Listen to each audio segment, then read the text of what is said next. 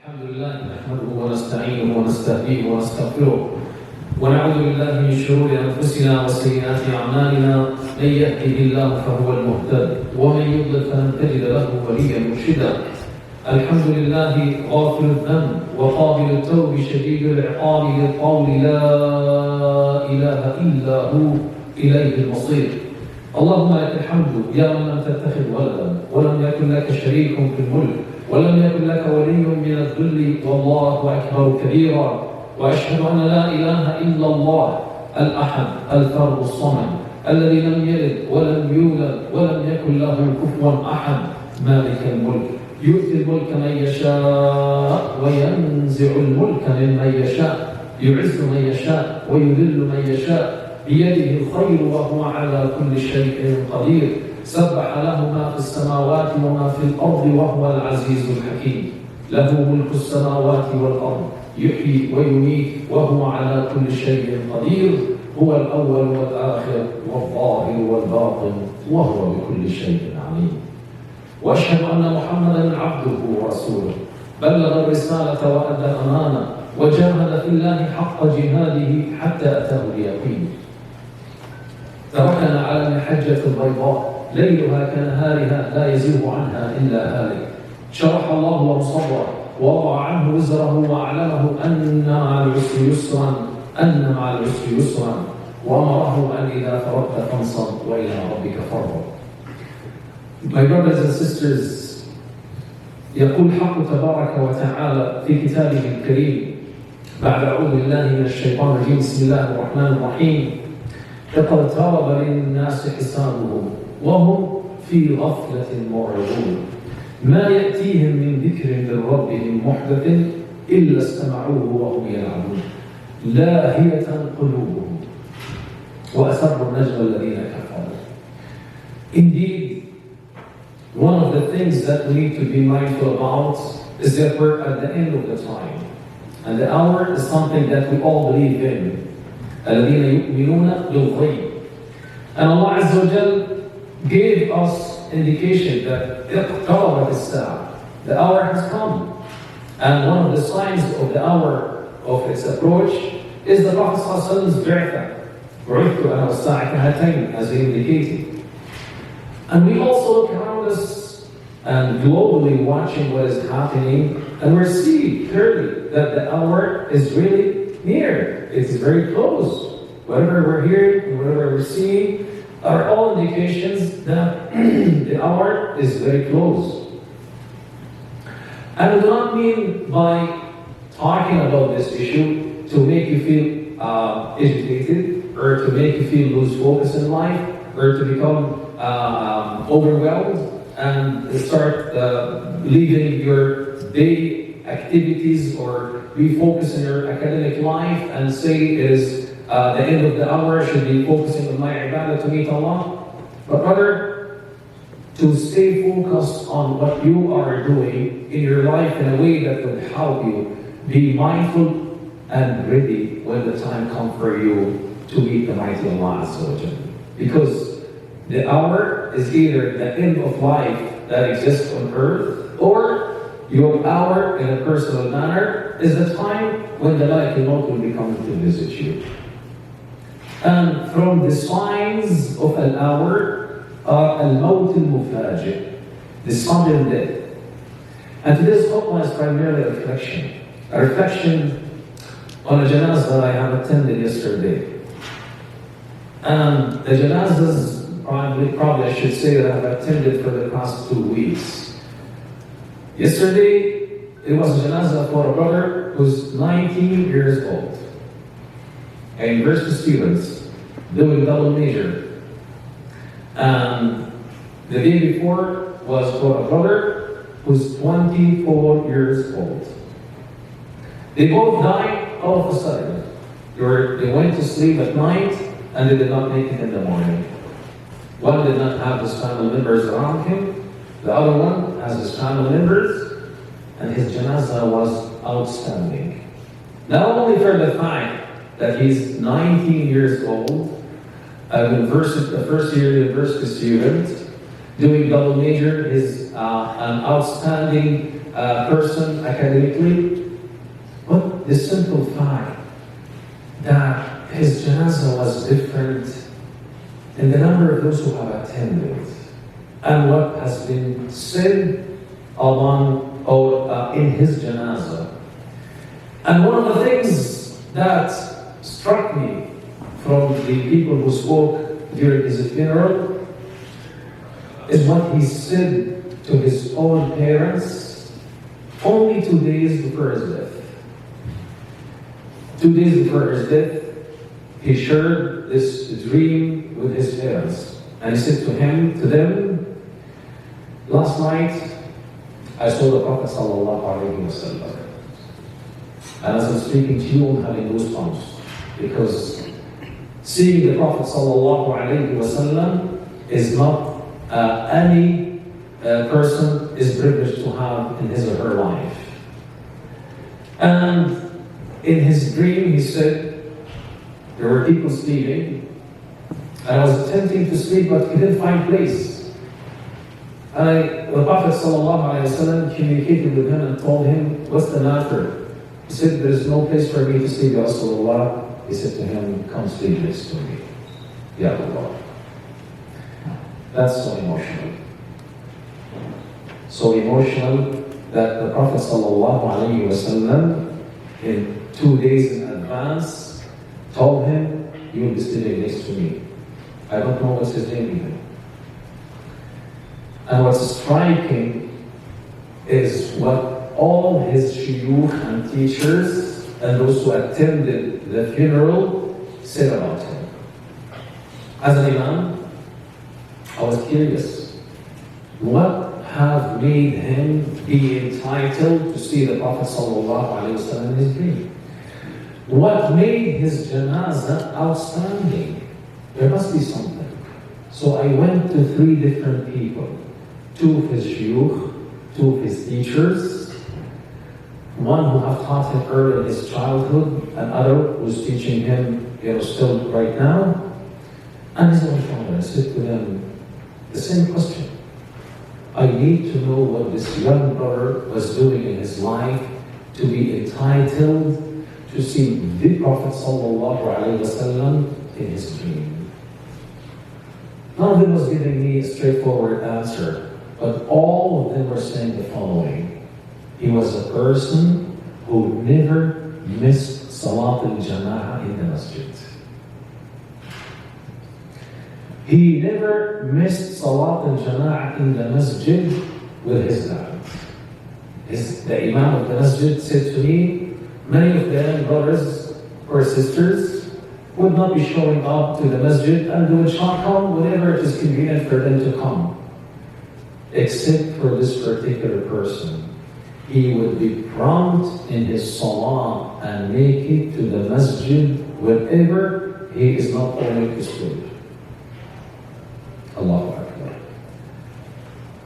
3 of them reported the same way. They said that he was a person who was prompt in his salah and never missed salah al-jama'ah in the masjid. And I said, that's probably it. That's probably it. That's what have made him qualified to be entitled to see the Prophet sallallahu alaihi wasallam. And it is a big deal. Not only to see him, but to give him a glad tidings that you will be sleeping with me. You will be sleeping next to me. My brothers and sisters, life is very short.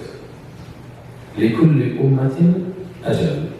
فإذا جاء أجلهم لا يستأخرون ساعة ولا يستقدمون. This is it.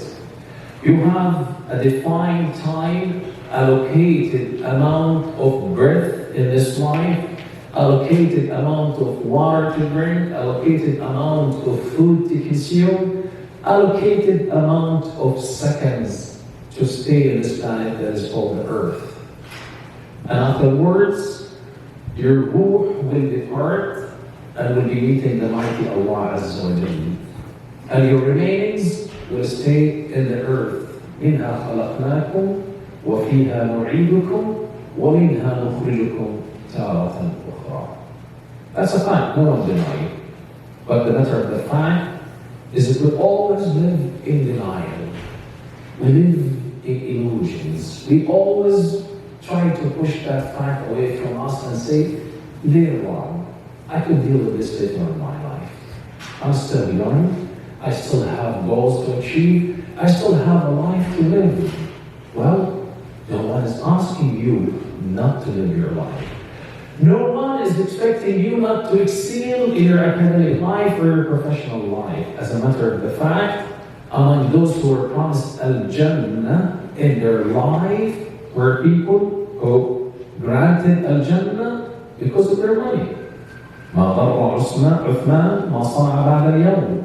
Uthman radiallahu anhu, because of his contribution to the deen of Allah Azza wa Jal, the Prophet ﷺ was so happy and pleased with him, and he said, no matter what Uthman does afterwards, he is granted Al-Jannah.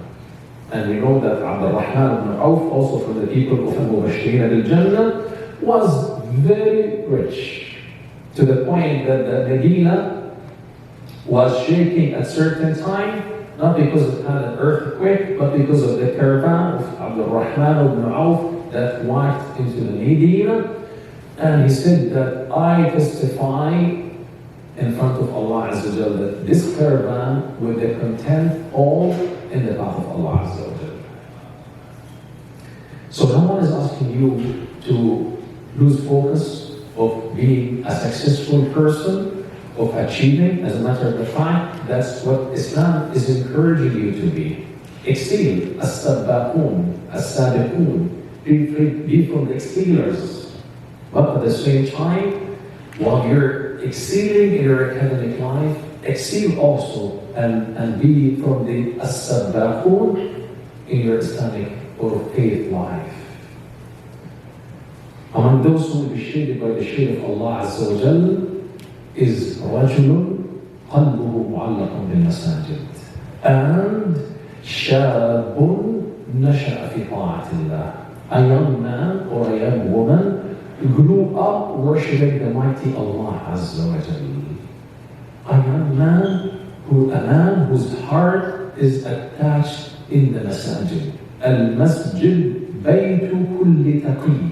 As the Prophet ﷺ indicated, Al-Masjid is the house of every taqi. Reevaluate things. Make salah as the major activity of your life. I was in your shoes. I'm a professional. And I say always to my co-workers, and at the same time, when I was in university, I said the main activities of my day are my salawat. Everything else to fill in later on. Whatever meetings, whatever activities could fit in within my schedule after I meet the requirement and the need of my salah. Because my salah is my ruh. And the nourishment of my ruh is so essential for me to be able to look after myself physically, intellectually, and spiritually. Therefore, let's be from those who are musallin, those who are ala salatihim yuhafidun, and those who are ala salatihim da'imun, those who would be making salah as what helped them to be recognized as different individuals in this very difficult and toxic and hectic lifestyle we're living. Let us be with Allah, so Allah will be with us, so that when the time comes for us, we will be from those إِنَّ الَّذِينَ قَالُوا رَبُّنَا اللَّهُ ثُمَّ اسْتَقَامُوا تَتَنَزَّلُ عَلَيْهِمُ الْمَلَائِكَةُ أَلَّا تَخَافُوا وَلَا تَحْزَنُوا وَأَبْشِرُوا بِالْجَنَّةِ الَّتِي كُنتُمْ تُوعَدُونَ نَحْنُ أَوْلِيَاؤُكُمْ فِي الْحَيَاةِ الدُّنْيَا وَلَكُمْ فِيهَا مَا تَشْتَهِي أَنفُسُكُمْ وَلَكُمْ فِيهَا مَا تَدَّعُونَ نُزُلًا مِنْ غَفُورٍ رَحِيمٍ. May Allah Azza wa Jalla Almighty make us from those who do not only listen and move on, but would listen, reflect, contemplate, change, and move on in their life. You have a life to live. Pray to Allah Azza wa Jalla will give you the long life and you have a lot to achieve in your life.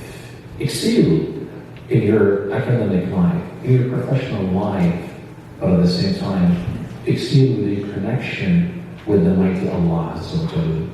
Let you be from those who are قليل السابقون السابقون ثلة من الأولين وقليل من الآخرين. So that when the time comes for you to leave, you will be leaving the dunya with a big smile in your face when you are dead, while everybody around you is crying for your departure. وأقول قولي هذا واستغفر الله العظيم لي ولكم فاستغفروه فإنه سنستغفره.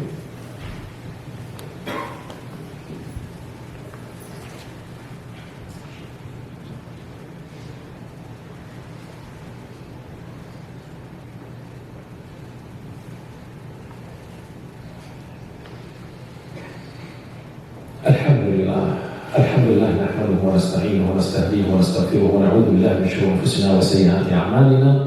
من يهديه الله فهو المهتد ومن يضلل فلن تجد له وليا مرشدا.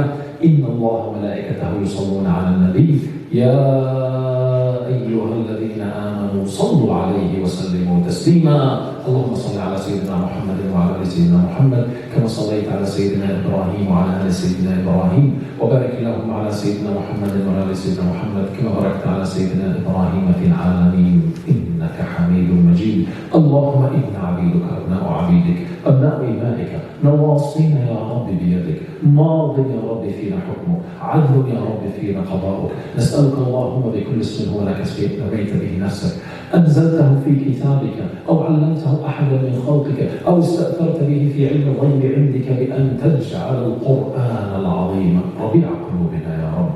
اللهم اجعله جلاء لهمومنا واحزاننا يا ارحم الراحمين. اللهم اجعل الصلاه قرة اعيننا يا رب. اللهم اجعلنا من المصلين الذين هم على صلاتهم دائمون والذين هم على صلواتهم يحافظون. اللهم اجعلنا ممن قلت فيهم ان الذين قالوا ربنا الله ثم استقاموا تتنزل عليهم الملائكه. اللهم هب لنا من ازواجنا وذرياتنا قرة اعين واجعلنا للمتقين اماما. ربي اوزعنا شماتك التي انعمت علي وعلى والدي وان اعمل صالحا ترضاه واصلح لي في ذريتي إني تبت إليك وإنني من المسلمين. ربي هب لي حكما وألحقني بالصالحين واجعل لي لسان ذكر في الآخرين واجعلني من ورثة جنة النعيم واغفر لوالدي وارحمهما كما ربياني صغيرا ولا تخزني يوم يبعثون يوم لا ينفع مال ولا بنون واجعلني يا رب ممن يأتيك بقلب سليم. اللهم آمين. وصلى الله على سيدنا محمد وعلى آله وصحبه أجمعين وأقم الصلاة.